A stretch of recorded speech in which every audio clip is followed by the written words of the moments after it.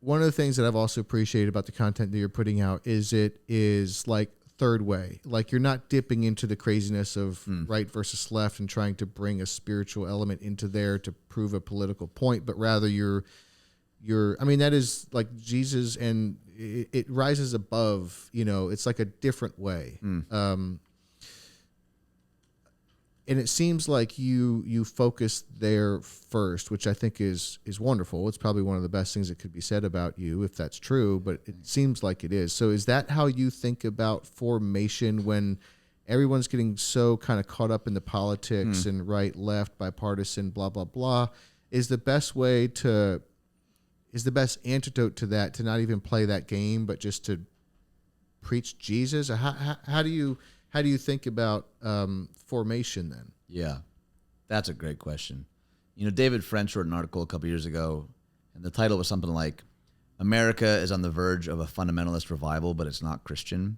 And he was the first that I heard really articulate it like this. He talked about like horseshoe theory, how people on the extremes and on the opposite ends are actually much closer to each other than they realize. They're following the same rule book, the same playbook. And I think when you can step back long enough, which is why I think rest and Sabbath, that's another thing that it helps you to do, to step back. Like maybe this issue du jour is not nearly as big a deal as I thought it would. Like, so that's been really helpful, I think, to see like, oh, you guys are playing by the same rule book. You hate each other, these opposite sides of the argument. Same kind of blueprint though. And I think recognizing some of those patterns has been helpful. I keep coming back to the Sermon on the Mount. The classic example is the turning the other cheek. And part of what I think is so beautiful about the third way of Jesus is it's not center. People, I think, mistake the way of Jesus as like, oh, it's somewhere comfortably in between, a little bit of this, a little bit of that. Third way is a different theological treatment. Exactly. Like it is with the turning the other cheek example, which, even if you're not a Jesus person, you probably heard the example.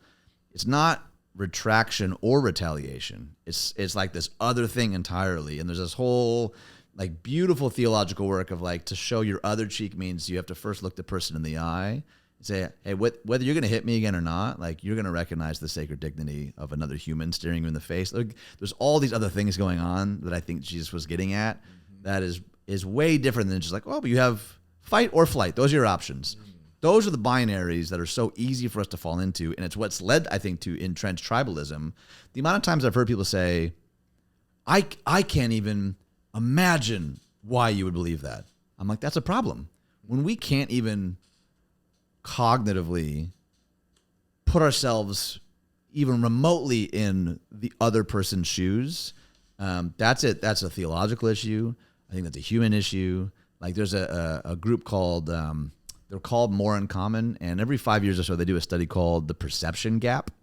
And it's essentially asking people on the right their opinion of how they think people on the left feel about certain issues.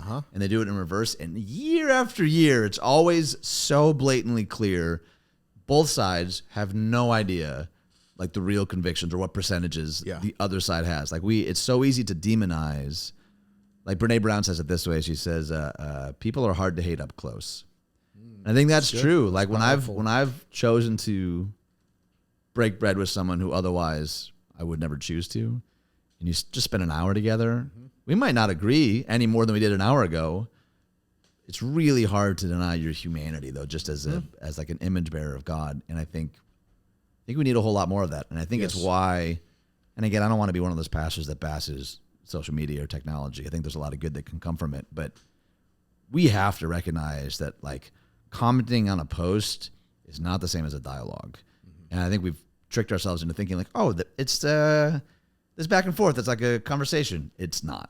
And we're not recognizing. If I were to say something awful to you and you're like face contorted, like something in the recesses of my brain would go, oh, that was really insulting. That was really rude. I don't want to do that to him. And I think we're losing some of that, and it's widening the entrenchment. Yes. And the third way isn't just, well, this part's right here and this part's right there. It's helping recognize like we were not made to live like this. Yes. And it's not good for any of us. I think that's a very, very powerful point. And I think the social media is like a very good example, and it's even more extreme. But to prove that point, because this, in my view, is not even nearly that extreme, is I've had very capable, very like experienced, competent like business leaders like tell me things in person about an issue, and with some amount of conviction and clarity and et cetera, and then that very same person, I'm talking like high level people here, in a meeting, it's like a different. Yeah, they might speak at the point, but not the way that we did in person. Yes, and these aren't like pushovers, right? Right. Like, and so if that is true to human nature, which I really think it is. There's a mellowing effect when you all get together, Totally. and work some things out. Then it's even more true with social media. So, but you mentioned something that is, to me, I think one of the harder issues that seems to me like to fix in America, or that could really take us to some bad places, which is that we don't even like. It's almost like it's gotten to the place where there's no reality anymore. We can't even agree on what's true. Like, we can't even agree on, I mean, it's gotten so crazy. Like, it's just almost like a complete like mind game sometimes where, it's like you said that, but now you're saying you didn't say that. Like, we can't even agree on, on what is the base of reality, Right. And so if that's the case, then how does the right and left ever move forward if we can't even agree on reality or the basis of anything? That's what it seems like it's getting to now. Yeah, I get that. It's almost like a fantasy land, kind of a fantasy world with no rules. Yeah. Words mean whatever you want them to mean. And yeah, exactly. That seems like a tough thing to fix. This isn't a fix. My brother is a lawyer in Detroit, and every election year he does this thing where he hosts this big dinner party on election night. But the only way that you can get into this party is if you bring someone who voted differently than you to the party. Oh, that's your entrance to the party, cool. And it's beautiful. I'll bet. It's like such a vision of the kingdom, and he'll be really honest about it. He's like, people don't usually leave having convinced someone of a different position, but you did leave with a friend. You left with someone with whom you can engage. You can at least now recognize the common humanity. So you might, like, to your question, we might have completely different opinions about what reality even is, but now you at least have a starting point of some level of intimacy to have a conversation. I think the reason that it's become so prevalent, so pervasive, where it does feel like, are we in different planets? Am I speaking the same language as you? Is we haven't done any of the relational work to establish any level of common ground. Like, for me, I'm so tired. I hope we do away with this in the next 10 years. The historically, like, soft skills things that we've talked about. I think the more that we learn about the human brain and neurobiology and all that, I think we're finding out those are the skills.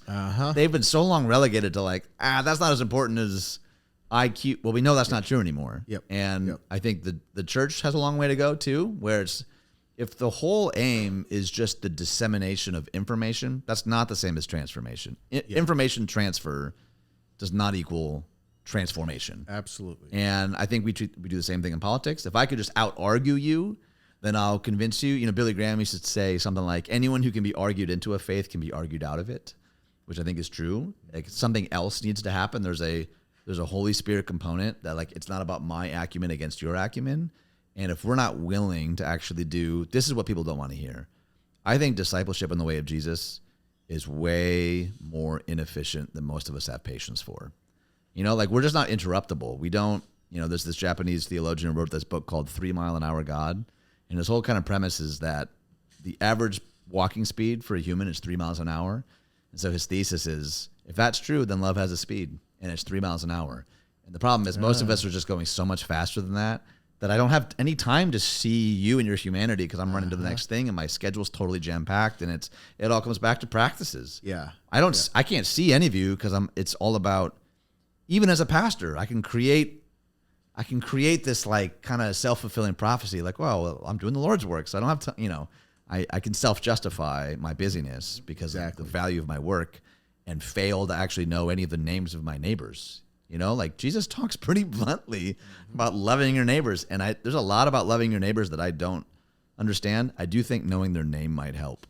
And we just live in such an isolated, we don't know them, and then we hop online Yeah. to rip someone apart that we've never met. Yeah. Like, that feels backwards. Yep.